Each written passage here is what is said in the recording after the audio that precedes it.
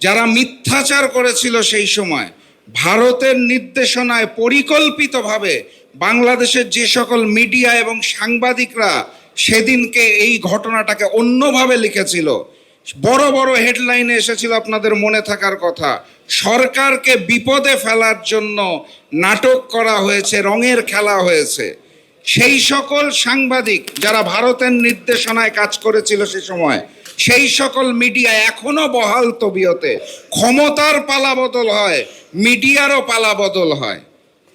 আমাদের এই সকল অপসংস্কৃতির সাংবাদিক যারা রয়েছেন তাদেরকেও বিচারের কাঠগড়ায় আনতে হবে। তাদের কাছেও জিজ্ঞেস করতে হবে সেদিন কার নির্দেশনায় আলেম ওলামাদের শহীদি রক্তকে তারা রং খেলায় পরিণত করেছিল, সেটাকেও বিচারের কাঠগড়ায় আমি চাই।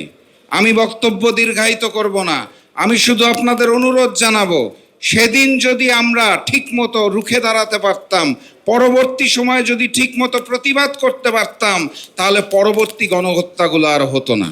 এই যে আমার পাশে বসে আল্লামা মামুনুল হক ভাই, আমার খুব শ্রদ্ধেয় মানুষ, আপনাদের মনে থাকার কথা, মোদি বিরোধী আন্দোলনে তিনি নেতৃত্ব দিয়েছিলেন, সেই সময়ও গণহত্যা পরিচালনা করা হয়েছিল।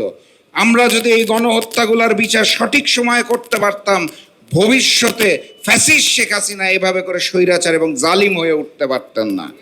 অতএব আমাদের শিক্ষাটা হচ্ছে বিচার করতে হবে, প্রতিবাদ করতে হবে, প্রতিরোধ করতে হবে, নতুন করে কেউ যাতে আর জালেম হতে না পারে, স্বৈরাচার হতে না পারে, নতুন গণহত্যা করতে না পারে।